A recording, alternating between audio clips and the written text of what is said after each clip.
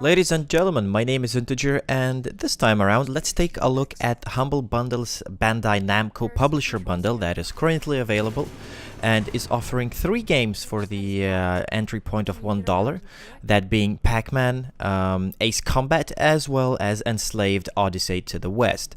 Now, Pac-Man being Pac-Man, there's not much to be said about that, and Ace Combat not having a big personal appeal, I've decided to try out Enslaved and see if this game can justify that $1 price tag, as well as to see if it's overall a good purchase. So, without any further ado, I dip into it. So far, I've spent about 2 hours playing this game, and the best way to describe what genres this game fits under would be action-adventure game with some puzzle elements, I would say. Overall, this game sets you off an adventure where progressions happen through open areas filled with some puzzling, basic yet, I must say, sufficient platforming. And we also have some competent, even if it's overall uninspired, fighting scenes. Now, what Enslaved has on the pro side, it has decent animations and a good variance of them.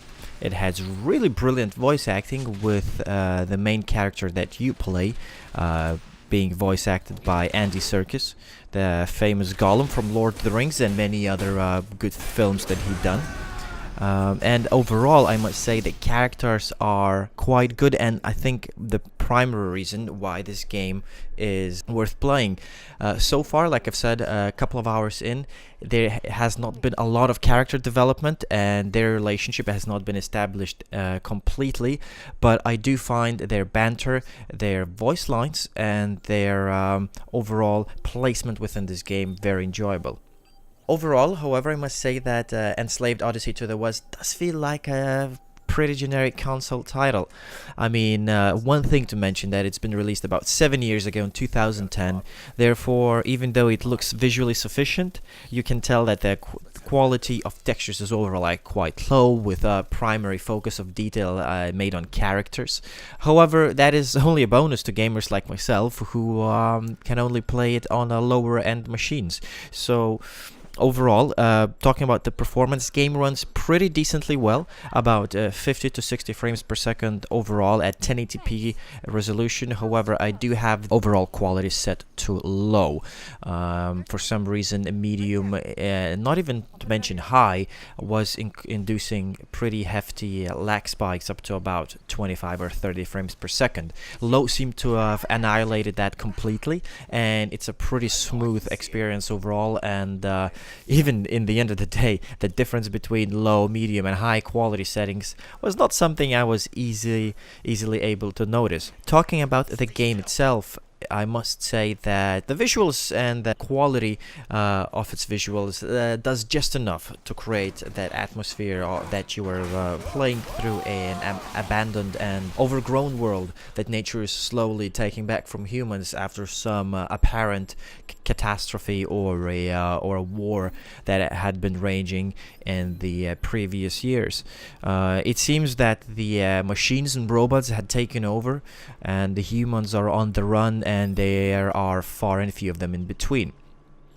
If to tell you a bit more about the battle, I was quite surprised playing on a medium difficulty that it was quite difficult, and shielding, dodging, and knowing when to attack and when to not is quite a important bit, because they are robots. The enemies that I've encountered so far do quite a bit of damage if I don't play accordingly and try and dodge and block.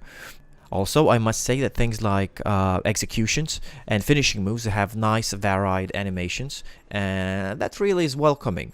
Overall, the battle scenes and battle fights in this game are not too prominent. It leads me to say that it's not anything special. However, it's competent, and it doesn't withdraw from the overall game experience.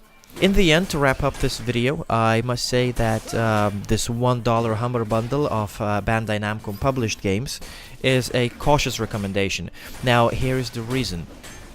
If I was to compare it to the previous Humble Bundle for $1, where I looked at the Elle's Heartbreak, I must say that game was different and niche enough to capture attention of a wider audience.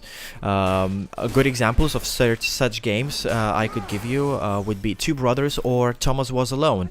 They were very different, maybe even minimalistic, something that a lot of people didn't expect to enjoy, but they did, just because the things that they set out to do, they did it very well, even if it was something very minimalistic. Like, for instance, Thomas Was Alone, very minimalistic platformer with incredible voice commentary and acting.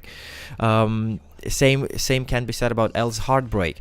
As it stands, Enslaved Odyssey to the West is very much a box standard console game in many aspects, and since the market has literally been overflown with very similar games in this genre in the past few years, it is difficult to say that this title stands out of the crowd. So yeah, at the end of the day, it's a run-of-the-mill adventure game, and it has very few qualities, like I've said, great voice acting and very good characters that manage to keep this game's chin above the water. Nonetheless, in the end, I must say that if you do enjoy action-adventure games with a little bit of fighting, a little bit of platforming, and a little bit of puzzles thrown in there for a good measure, this $1 spend will be just sufficient enough for you to spend about 9 or 10 hours on Enslaved Odyssey to the West. So guys, thank you so much for watching this video. I hope you enjoyed it. Click a like if you did, dislike if you didn't, comments and suggestions and thoughts, observations always welcome down below, and make sure to click that subscribe button to stay tuned to my future content. My name is Integer, and I'll see you very soon. Thank you. If you want to give me a name, you can use that. Okay. Monkey.